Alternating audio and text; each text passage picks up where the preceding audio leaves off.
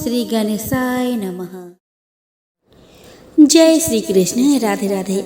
नमस्कार दोस्तों आप सभी को आने वाली रमा एकादशी की हार्दिक शुभकामनाएं। दोस्तों आज इस वीडियो में मैं आपको बताने वाली हूँ साल 2023 में रमा एकादशी कब है, इसके पूजन विधि के बारे में मैं आपको बताऊंगी कि व्रत के दिन क्या करें और क्या ना करें, व्रत में क्या खाए और क्या ना खाए, तुलसी दल कब तोड़े। साथ ही मैं आपको बताऊंगी इसके महत्व के बारे में और हम सुनेंगे इंदिरा एकादशी की पावन व्रत कथा। तो चलिए दोस्तों वीडियो शुरू करते हैं। तो दोस्तों प्रेम से बोले हरि ओम। दोस्तों हर वर्ष कार्तिक मास के कृष्ण पक्ष की एकादशी तिथि पर रमा एकादशी मनाई जाती है। तदनुसार इस वर्ष गुरुवार 9 नवंबर को रमा एकादशी है। यह दिन भगवान विष्णु को समर्पित होता है। इस दिन भगवान विष्णु और माँ लक्ष्मी की पूजा की जाती है। साथ ही भगवान विष्णु के निमित्त एकादशी का व्रत रखा जाता है। धार्मिक मान्यता है कि रमा एकादशी पर भगवान विष्णु की पूजा करने से साधक को सभी प्रकार के सांसारिक सुखों की प्राप्ति होती है। साथ ही घर में सुख समृद्धि और खुशहाली आती है। अतः साधक श्रद्धा भाव से एकादशी के दिन व्रत रखकर लक्ष्मी नारायण जी का पूजा करते हैं। दोस्तों पंचांग के अनुसार कार्तिक माह के कृष्ण पक्ष की एकादशी तिथि 8 नवंबर को प्रातः काल 8:23 से शुरू होकर अगले दिन यानी कि 9 नवंबर को सुबह 10:41 पर समाप्त होगी। ज्योतिषियों को माने तो 8 नवंबर को सुबह 8 बजे तक दशमी तिथि रहने के चलते 9 नवंबर को एकादशी का व्रत रखा जाएगा। दोस्तों साधक 10 नवंबर को सुबह 6:39 से लेकर सुबह 8:50 तक पूजा पाठ कर पारण कर सकते हैं।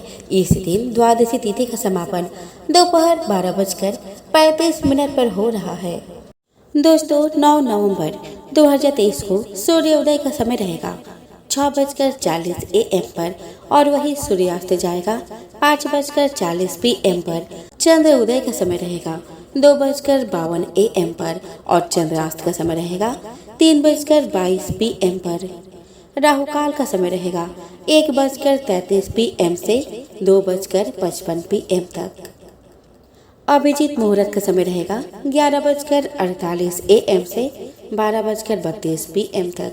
अमृत काल का समय रहेगा 1:58 से 3:44 तक। ब्रह्म मुहूर्त का समय रहेगा 5:04 से 5:52 तक।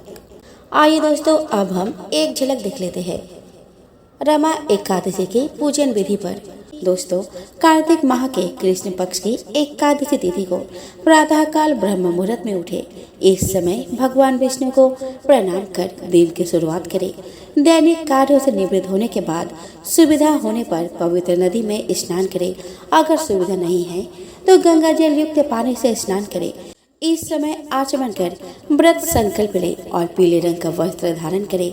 अब सबसे पहले भगवान सूर्य को लाल रंग मिश्रित जल से अर्घ्य दे। इसके बाद पूजा गृह में एक चौकी पर भगवान विष्णु और माता लक्ष्मी के चित्र को स्थापित करें। अब कलश स्थापित कर विधिवत भगवान विष्णु की पूजा करें। भगवान विष्णु को पीला रंग अति प्रिय है, अतः पीले रंग का फल फूल केसर मिश्रित खीर अर्पित करें। इस समय विष्णु चालीसा का पाठ और मंत्र जाप करें। पूजा के अंत में आरती कर सुख समृद्धि और आय में वृद्धि हेतु कामना करें। दिन भर उपवास रखें। संध्या काल में आरती अर्चना कर फलहार करें। अगले दिन पूजा पाठ कर व्रत खोले। इस समय जरूरतमंद और योग्य ब्राह्मण को दान अवश्य दे। दोस्तों कार्तिक माह भगवान विष्णु का माह है। इस माह में उनकी पूजा करने का विशेष महत्व है। अब ऐसे में कार्तिक माह की रमा एकादशी का व्रत सभी पापों को नष्ट करने वाला माना जाता है। साथ ही महापाप भी दूर हो जाता है। यह व्रत स्त्रियों के लिए सुख और सौभाग्य वाला माना जाता है। यह व्रत दिवाली से पहले रखी जाती है। दोस्तों इस दिन जो व्यक्ति व्रत रखता है और माता लक्ष्मी के साथ भगवान विष्णु की पूजा अर्चना करता है उसे ऐश्वर्य, धन, कीर्ति, सुख, समृद्धि के आशीर्वाद की प्राप्ति होती है। रमा एकादशी के दिन गीता का पाठ करना बेहद शुभ माना जाता है। साथ ही एकादशी के अगले दिन मंदिर में जाकर दान देने से अक्षय फल की प्राप्ति होती है। दोस्तों दीपावली से पहले माँ लक्ष्मी की पूजा करने का यह अति उत्तम मुहूर्त माना गया है। मान्यता है कि माँ लक्ष्मी का एक नाम रमा भी है और इस एकादशी में श्री हरि के साथ माँ लक्ष्मी की भी पूजा की जाती है, इसीलिए इसे रमा एकादशी के नाम से जानते हैं। मान्यता है कि इस व्रत को करने से घर में धन का कभी अभाव नहीं होता। दोस्तों दिवाली से पहले पड़ने वाले रमा एकादशी के दिन दान पुण्य का विशेष महत्व है। इस दिन किया जाने वाला दान हजारों गायों के दान के बराबर होता है। इस दिन जरूरतमंदों को अपने सामर्थ्य के अनुसार दान करना चाहिए। दोस्तों हिंदू धर्म में एकादशी व्रत का काफी महत्व है। हर महीने में 2 एकादशी होती है, लेकिन दोनों के नियम एक ही होते हैं। हर महीने शुक्ल और कृष्ण पक्ष के 11वें दिन एकादशी तिथि आती है। इस दिन कई चीजों को खाने से परहेज किया जाता है। आइए दोस्तों अब हम जानते हैं एकादशी व्रत में क्या खाए और क्या ना खाए। दोस्तों एकादशी व्रत वालों को दशमी के दिन से ही तामसिक वस्तुओं का सेवन नहीं करना चाहिए। एकादशी व्रत के दिन किसी भी तरह के नशीले पदार्थ का सेवन नहीं करना चाहिए। दोस्तों पारण के दिन सात्विक भोजन ही करें। मूली, बैंगन, मसूर दाल, लहसुन, प्याज भोजन को भूलकर भी नहीं खाना चाहिए। दोस्तों इसके अलावा गाजर, जौ, बैंगन, सेमफली, सलजम, पालक, गोभी का सेवन भी नहीं करना चाहिए।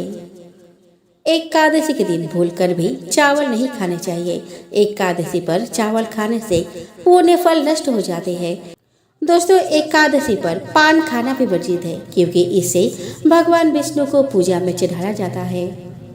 आइए दोस्तों अब जानते हैं एकादशी के दिन क्या करना चाहिए और क्या नहीं करना चाहिए। दोस्तों एकादशी तिथि भगवान विष्णु को प्रिय होती है। अगर संभव हो तो इस पावन दिन व्रत रखें। इस दिन व्रत रखने से भगवान विष्णु का आशीर्वाद प्राप्त होता है। इस पावन दिन भगवान विष्णु के साथ माता लक्ष्मी की पूजा अर्चना भी करनी चाहिए। माता लक्ष्मी की पूजा करने से जीवन में सभी तरह के सुखों की प्राप्ति होती है। धार्मिक मान्यताओं के अनुसार भगवान विष्णु और माता लक्ष्मी की पूजा करने से सभी मनोकामनाएं पूरी हो जाती है। दोस्तों इस पावन दिन सात्विक भोजन करना चाहिए।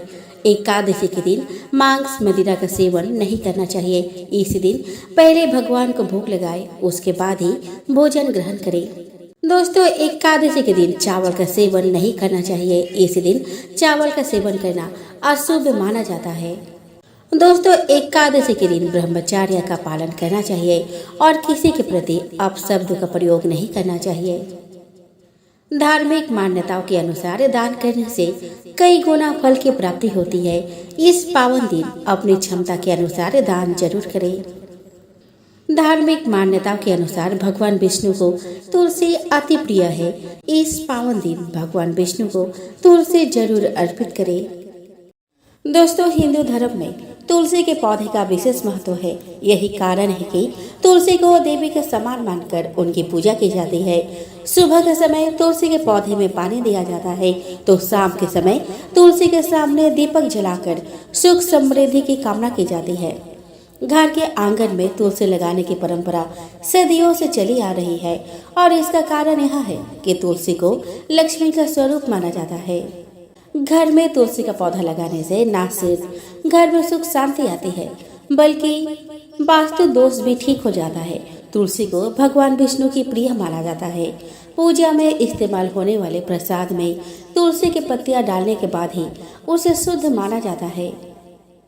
लेकिन तुलसी केवल पूजनीय ही नहीं, बल्कि औषधीय गुण से भी भरपूर होती है। सर्दी खांसी जैसी समस्याओं में तुलसी के पत्ते से बना काढ़ा पीने से बहुत आराम मिलता है और तबीयत जल्दी ठीक हो जाती है। बहुत से लोग अपने चाय में भी तुलसी का पत्ता डालना पसंद करते हैं। लेकिन अगर आप चाहते हैं कि आपके घर में सुख शांति बनी रहे और पैसों से जुड़ी कोई समस्या ना हो, तो तुलसी के पत्तों से जुड़े कुछ नियमों का पालन करना आवश्यक है।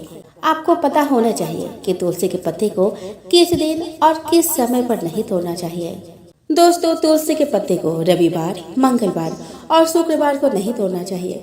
इसके अलावा एकादशी के दिन, द्वादशी तिथि, अमावस्या और पूर्णिमा तिथि के दिन भी तुलसी का पत्ता नहीं तोड़ना चाहिए। मान्यता है कि ऐसा करने से घर में गरीबी आती है।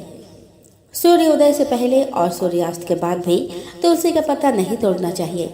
घर में जब किसी बच्चे का जन्म हुआ हो तो जब तक बच्चे का नामकरण नहीं हो जाए तब तक तुलसी के पत्ते ना तोड़े। अगर घर में किसी की मृत्यु हो जाए तो 13 दिन तक तुलसी का पत्ता नहीं तोड़ना चाहिए। इसके अलावा सूर्य ग्रहण, चंद्र ग्रहण और संक्रांति के दिन भी तुलसी का पत्ता तोड़ना मना है। बिना स्नान किए या अशुद्ध हाथों से कभी भी तुलसी का पत्ता नहीं तोड़ना चाहिए। ऐसे पत्ते भगवान की पूजा में स्वीकार नहीं किए जाते। दोस्तों, तुलसी के पत्तों को 7 दिनों तक बासी नहीं माना जाता। पत्तियों पर दोबारा पानी छिड़ककर उसे भगवान को अर्पित किया जा सकता है। दोस्तों, इस बार एकादशी गुरुवार को पड़ रही है, इसलिए आप बुधवार को ही सुबह नहा धोकर तुलसी के पत्ते तोड़कर रख लें। दोस्तों, तुलसी को तोड़ते समय यह मंत्र का जाप करें। ओम सुप्रदाय नमः, ओम सुप्रभाय नमः, मातस तुलसी गोविंद हृदयानंद कारिणी नारायणस्य पूजा चिनोमि त्वां नमस्तुते। दोस्तों, वैसे तो समाज में महिलाओं के पीरियड्स को लेकर अलग अलग लोगों के अलग अलग विचार है, लेकिन आमतौर पर धारणा यही दिखती है कि पीरियड्स के दौरान महिलाएं अशुद्ध होती है और उन्हें पूजा पाठ या व्रत नहीं करना चाहिए। लेकिन अगर आप धार्मिक शास्त्रों के ठीक से अध्ययन करें तो ऐसा बिल्कुल नहीं है। हाँ, मासिक धर्म को लेकर कई तरह की सलाह जरूर दिए गए हैं कि इस दौरान क्या करें और क्या ना करें। रामायण काल के महान ऋषि श्रृंगी ने भी पीरियड्स के दौरान निर्जला एकादशी करने की अनुमति देते हुए कहा है कि एकादश्यम न भुंजिया नारी दृष्टि राज्यस्यपि। अगर किसी महिला का मासिक धर्म चल रहा हो तो भी उसे एकादशी के दिन भोजन नहीं करना चाहिए। ऋषि आगे कहते हैं, शनेर्वरे रावे संक्रांत्यम ग्रहणे च त्याज्य न एकादशी राजन सर्वदेवेति निश्चयः। एकादशी का व्रत भले ही शनिवार, रविवार, ग्रहण के दिन या संक्रांति के दिन ही क्यों ना हो, कभी भी नहीं छोड़ना चाहिए। मतलब जैसे भी स्थिति हो, एकादशी का व्रत जरूर करना चाहिए। लेकिन पीरियड्स के दौरान एकादशी वह कैसे किया जाए? तो दोस्तों, पीरियड्स के दौरान व्रत कर रहे हो तो सबसे पहले स्वच्छता और पवित्रता का ध्यान जरूर रखें। पूजा की सामग्री को अपने हाथों से स्पर्श न करके किसी और से देवता पर अर्पित करवा दें। भगवान का विग्रह यानी मूर्ति का स्पर्श न करें और न ही उनकी पूजा करें। व्रत के दौरान कोई भी ऐसा कार्य जो भगवान की मूर्ति या पूजा के प्रत्यक्ष जुड़ी हो वो नहीं करनी चाहिए, जैसे कि भगवान के लिए भोग बनाना, पूजा की थाली सजाना, फूल माला बनाना, पूजा के बर्तनों को छूना या धोना, आरती का सामान लाकर देना। व्रत का संकल्प लेने से पहले ब्रह्म मुहूर्त में स्नान कर ले, अपने बाल अवश्य धोए, स्वच्छ पवित्र वस्त्र धारण करे। अगर सुविधा हो तो भगवान की मंगल आरती के दर्शन कर ले और उसके बाद व्रत का संकल्प ले। दूर से भगवान को प्रणाम कर सकते हैं और मन में मंत्रों का जाप कर सकते हैं। आइए दोस्तों, अब हम श्रवण करें रमा एकादशी की पौराणिक कथा। दोस्तों, एक पौराणिक कथा के अनुसार एक नगर में मुचुकुंद नाम के एक प्रतापी राजा थे। उनकी चंद्रभागा नाम की एक पुत्री थी। राजा ने अपने बेटे का विवाह राजा चंद्रसेन के बेटे शोभन के साथ कर दिया। शोभन एक समय बिना खाए नहीं रह सकता था। शोभन एक बार कार्तिक मास के महीने में अपने पत्नी के साथ ससुराल आया। चंद्रभागा के गृह राज्य में सभी रमा एकादशी का नियम पूर्वक व्रत रखते थे और ऐसा ही करने के लिए शोभन से भी कहा गया। शोभन इस बात को लेकर परेशान हो गया कि वह एक पल भी भूखा नहीं रह सकता, तो वह रमा एकादशी का व्रत कैसे करेगा। वह इसी परेशानी के साथ पत्नी के पास गया और उपाय बताने के लिए कहा। चंद्रभागा ने कहा कि अगर ऐसा है तो आपको राज्य के बाहर जाना पड़ेगा। क्योंकि राज्य में ऐसा कोई व्यक्ति नहीं है जो इस व्रत नियम का पालन न करता हो। यहाँ तक कि इस दिन राज्य के जीव जंतु भी भोजन नहीं करते हैं। आखिरकार शोभन को रमा एकादशी उपवास रखना पड़ा, लेकिन पालन करने से पहले उसकी मृत्यु हो गई। चंद्रभागा ने पति के साथ खुद को सती नहीं किया और पिता के यहाँ रहने लगी। उधर एकादशी व्रत के पुण्य से शोभन को अगले जन्म में मंदराचल पर्वत पर आलीशान राज्य प्राप्त हुआ। एक बार मुचुकुंदपुर के ब्राह्मण तीर्थ यात्रा करते हुए शोभन के दिव्य नगर पहुँचे। उन्होंने सिंहासन पर विराजमान शोभन को देखते ही पहचान लिया। ब्राह्मणों को देखकर शोभन सिंहासन से उठे और पूछा कि यह सब कैसे हुआ। तीर्थ यात्रा से लौटकर ब्राह्मणों ने चंद्रभागा को यह बात बताई। चंद्रभागा बहुत खुश हुई और पति के पास जाने के लिए व्याकुल हो उठी। वह बाम ऋषि के आश्रम पहुंची। चंद्रभागा मंदराचल पर्वत पर पति शोभन के पास पहुंची। अपने एकादशी व्रतों के पुण्य का फल शोभन को देते हुए उसके सिंहासन और राज्य को चिरकाल के लिए स्थिर कर दिया। तभी से मान्यता है कि जो व्यक्ति इस व्रत को रखता है वह ब्रह्म हत्या जैसे पाप से मुक्त हो जाता है और उसकी सभी मनोकामनाएं पूरी हो जाती है। तो प्रेम से बोलो हरि ओम।